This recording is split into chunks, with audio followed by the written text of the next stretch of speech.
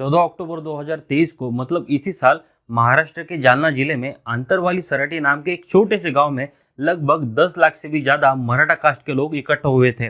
और इतने ज्यादा लोग सिर्फ एक आदमी के बुलाने पर आए थे जिनका नाम है मनोज जरांगे पाटिल। और उनकी डिमांड थी कि एक तो मराठा कास्ट को रिजर्वेशन दो या फिर सब मराठा लोगों को कुणबी कास्ट सर्टिफिकेट दो।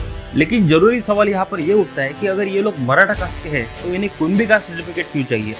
इस सवाल का जवाब ढूंढने की कोशिश हम इस वीडियो में करेंगे। अब देखो, मराठा कास्ट ज्यादा हाईलाइट हुई छत्रपति शिवाजी महाराज ने मराठा स्वराज्य इस्टेब्लिश करने के बाद, लेकिन उसके पहले भी स्पेसिफिकली महाराष्ट्र के वेस्ट रीजन में यही लोग सालों से निवासी रहे थे और उनकी मेजोरिटी पॉपुलेशन आज के महाराष्ट्र के वेस्ट साइड में थी। मराठा वर्ड ओरिजिनेट करता है महारथा शब्द से और ये महारथा वर्ड ओरिजिनेट करता है महाराष्ट्र शब्द से। फर्स्ट और सेकंड सेंचुरी में जब सातवाहन साम्राज्य अपनी पीक पर था तब उनकी टेरिटरी ज्यादातर आज के महाराष्ट्र पर ही थी। सातवाहन डायनेस्टी की जो ऑफिशियल लैंग्वेज थी जिसे प्रकृत भाषा कहा जाता था, उस भाषा में एरिया को रट्टा कहा जाता था। सातवाहन राजाओं ने आज के वेस्टर्न और मिडिल महाराष्ट्र के एरिया में कुछ लोकल पावरफुल फैमिलीज को गांव का हेड बना दिया। अब ये जो गांव का हेड था उसे टैक्स कलेक्ट करना, गांव को सिक्योरिटी देना, ऐसे काम दिए थे और वो सातवाहन राष्ट्र के एक गांव का मुखिया था। अब सातवाहन राष्ट्र की भाषा में एरिया को रट्टा कहा जाता था और उसी रट्टा के हेड को यानी एरिया के हेड को महारट्टा कहा जाता था। इसी महारट्टा वर्ड का प्रोनाउंसिएशन आगे चलकर मराठा हुआ। उसके बाद थर्ड सेंचुरी में जब सातवाहन डायनेस्टी कमजोर पड़ गई तो इन्हीं महारट्टा लोगों ने खुद की अपनी टेरिटरी बनाई और वो छोटे छोटे एरिया पर राज करने लगे। उस जमाने में महाराष्ट्र ये वर्ड प्रचलित नहीं था, लेकिन इसी महारट्टा वर्ड से ही महाराष्ट्र वर्ड प्रचलित हुआ, ऐसे कुछ हिस्टोरियन का मानना है। मराठा और महाराष्ट्र ये दो वर्ड कहां से आए, इसकी यही एक थ्योरी फिलहाल अवेलेबल है। भारत के दक्कन में होने वाली इसी जगह के सारे लोगों को मराठा कहा जाने लगा और उनकी लैंग्वेज को मराठी। इसका सबसे ट्रस्टवर्दी सबूत हमें मिलता है इस किताब में। मोरक्कन ट्रैवलर इब्न बतूता, जो कि दुनिया का सबसे ज्यादा जाना माना ट्रैवलर है, उसने भारत के विजिट की सब ऑब्जर्वेशंस उसके डायरी में लिखी है और ये ऑब्जर्वेशन हम पढ़ सकते हैं the travels of Ibn Battuta के वॉल्यूम 4 में। इब्न बतूता 1342 में जब भारत आया था तब वो दौलताबाद के राजा के पास एज ए गेस्ट गया था। तब उसने दौलताबाद के पास एक विलेज था नदराबाद, जिसे आज नंदुरबार कहा जाता है, वहां पर विजिट दी थी। उस स्पेसिफिक विजिट के रिकॉर्ड में उसने एक स्टेटमेंट लिखा है कि nobles of the Marathas are Brahmans and Kshatriyas. उसकी इस डायरी में लोकल मराठा लोगों के बारे में बहुत कुछ लिखा है। उसकी रीडिंग पढ़ने के बाद यही एक कंक्लूजन निकलता है कि उस एरिया में रहने वाले सब लोग, फिर चाहे वो कौन से भी कास्ट के हो, उन्हें मराठा कहा जाता था। अब ये जो मराठा लोग हैं वो युद्ध के समय तलवार चलाते थे और शांति के समय खेतों में फसल उगाते थे। तो इन लोगों के प्रोफेशंस दो टाइप के थे, एक था खेती करना और दूसरा था युद्ध करना।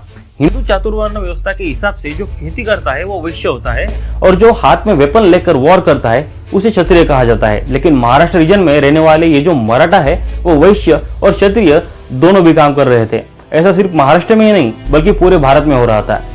हमारे भारत में जो खेती करता है उसे संस्कृत में कृषक, मराठी में कुणबी, गुजराती में कनबी, बिहार और मध्य प्रदेश में कुर्मी कहा जाता है। तो ये जो मराठा लोग हैं वो खेती करने की वजह से खुद को कुणबी कहते थे और आर्मी में होने की वजह से खुद को क्षत्रिय मराठा भी कहते थे। बाद में डायरेक्टली हम अगर 17वीं सेंचुरी में आए तो ये पॉपुलेशन आज के महाराष्ट्र के अलग अलग गांव में बस चुकी थी और उनका प्राइमरी प्रोफेशन था खेती करना और सेकेंडरी प्रोफेशन था युद्ध में तलवार चलाना। उसमें ज्यादातर लोग छत्रपति शिवाजी महाराज की आर्मी में रिक्रूट हो गए। उन्हें मावला कहा जाता था। ये जो मावले है वो अलग अलग जाति से आते थे, फिर भी उन्हें मराठा कहा जाता था।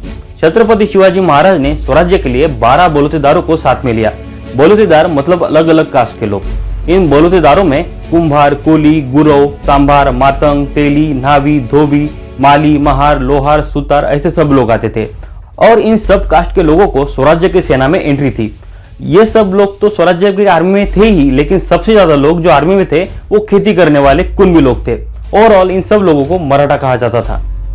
एक बात यहाँ पर क्लियर होना जरूरी है कि मराठा ये कोई कास्ट नहीं है बल्कि क्लस्टर ऑफ कास्ट है। मराठा स्वराज्य के पहले और बाद भी ज्यादातर मराठा लोग जो थे उनका प्राइमरी प्रोफेशन खेती करना था। जो छत्रपति शिवाजी महाराज के साथ ज्वाइन हुआ, फिर चाहे वो कौन से भी कास्ट का हो, उसे मराठा कहना शुरू हुआ।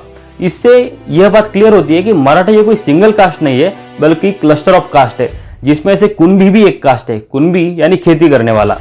संत तुकाराम जो कि महाराष्ट्र के वेल नोन संत है, उनका एक अभंग है जिनमें वो कहते हैं कि बरे देवा कुणबी केलो नाही तरी दंबे असतो मेलो। यहाँ पर संत तुकाराम ईश्वर का आभार मान रहे हैं कि उन्होंने कुणबी जन्म लिया है, लेकिन यहाँ पर डिटेल देखी जाए तो संत तुकाराम का सरनेम मोरे है और मोरे एक मराठा स्वराज्य का रेपुटेड क्लैन है। उनके अभी के वंशज भी खुद को मराठा बुलाते हैं। तो यहाँ पर मराठा खुद को कुणबी कहते दिखाई देते हैं और कुणबी खुद को मराठा कहते दिखाई देते हैं। बाद में 18th सेंचुरी में मराठा डायनेस्टी पूरे भारत में बढ़ रही थी, तब पेशवाओं ने गांव-गांव में से आर्मी के लिए रिक्रूटमेंट निकाली और ज्यादातर खेती करने वाले लोग मतलब कुणबी लोग मराठा साम्राज्य में सिपाही हो गए। ये जो कुणबियों का मराठा होना या फिर कुणबियों का खुद को मराठा कहना, यह बात इतनी आम हो गई कि इनमें रोटी बेटी व्यवहार होने लगे, जिसे इंग्लिश में एंडोगैमस रिलेशनशिप्स कहते हैं। छत्रपति शिवाजी महाराज के डायरेक्ट डिसेंडेंट छत्रपति प्रताप सिंह भोसले, उन्होंने अपनी डायरी में लिखा है कि बड़ौदा के गायकवाड़ जो है वो भी कुणबी है। मराठा साम्राज्य में कुणबी होना या मराठा होना यह अलग बात नहीं थी, बल्कि आम बात थी। यह हमें इस स्टेटमेंट से समझता है। बड़ौदा के गायकवाड़ तो है ही, लेकिन ग्वालियर के सिंधिया, जिनकी पानीपत की तीसरी युद्ध में अहम भूमिका थी, वो भी कुणबी थे।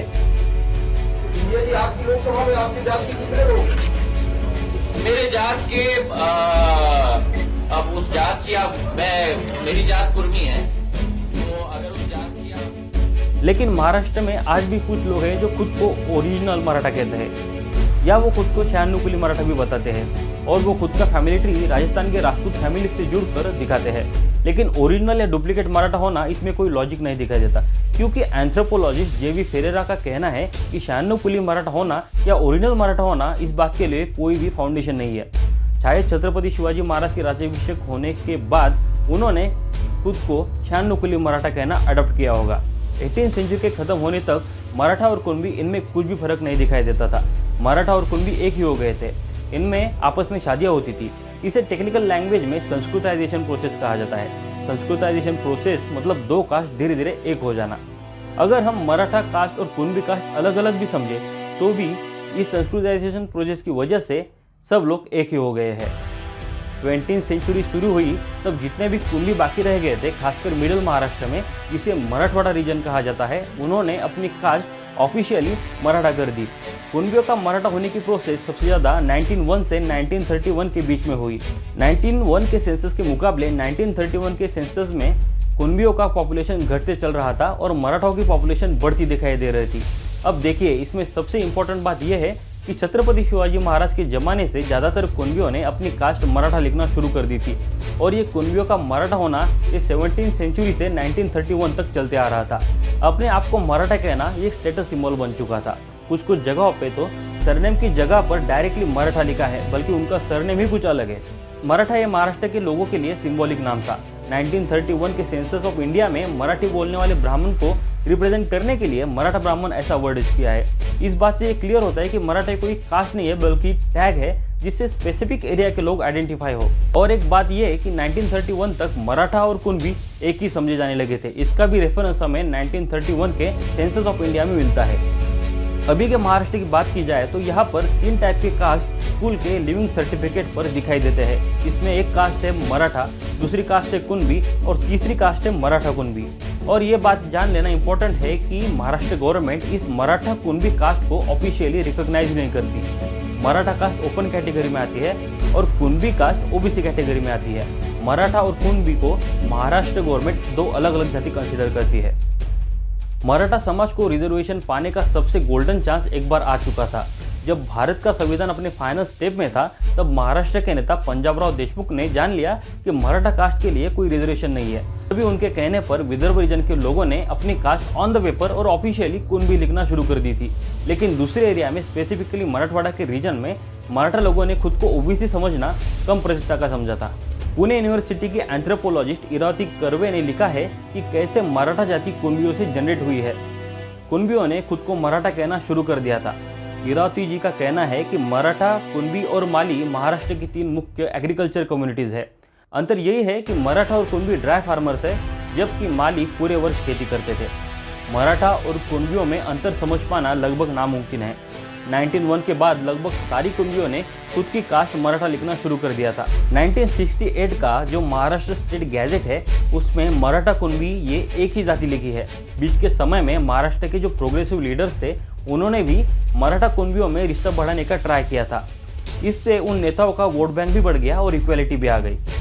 17वीं सेंचुरी से आज तक सब कुणबी खुद को मराठा प्रेजेंट करते हैं। बस फर्क यही है कि विदर्भ रीजन के और वेस्टर्न महाराष्ट्र के ज्यादातर मराठाओं ने ऑन द पेपर अपनी जाति कुणबी लिखी है और मराठवाड़ा रीजन के लोगों ने ऑन द पेपर अपनी जाति मराठा लिखी है। एक ही कास्ट के लोग मराठवाड़ा में ओपन कैटेगरी में आते हैं और दूसरे एरिया में ओबीसी कैटेगरी में आते हैं। मनोज जरंगे पाटिल जिन्होंने यह आंदोलन शुरू किया था, उनका कहना है कि मराठवाड़ा के सारे मराठा लोगों को कुणबी कास्ट सर्टिफिकेट दिया जाए। सर्टिफिकेट देने से मराठवाड़ा रीजन के लोग या महाराष्ट्र का कोई भी जिसके लिविंग सर्टिफिकेट पर मराठा या मराठा कुणबी लिखा है वो सब ओबीसी में आ जाएंगे और उनको भी रिजर्वेशन के बेनिफिट मिल सकेंगे। अब मराठा लोगों को कुणबी सर्टिफिकेट देना ये मांग टेक्निकली करेक्ट है, क्योंकि जैसा मैंने पीछे बताया संस्कृताइजेशन प्रोसेस की वजह से कुणबी लोग ही मराठा है और मराठा लोग ही कुणबी है।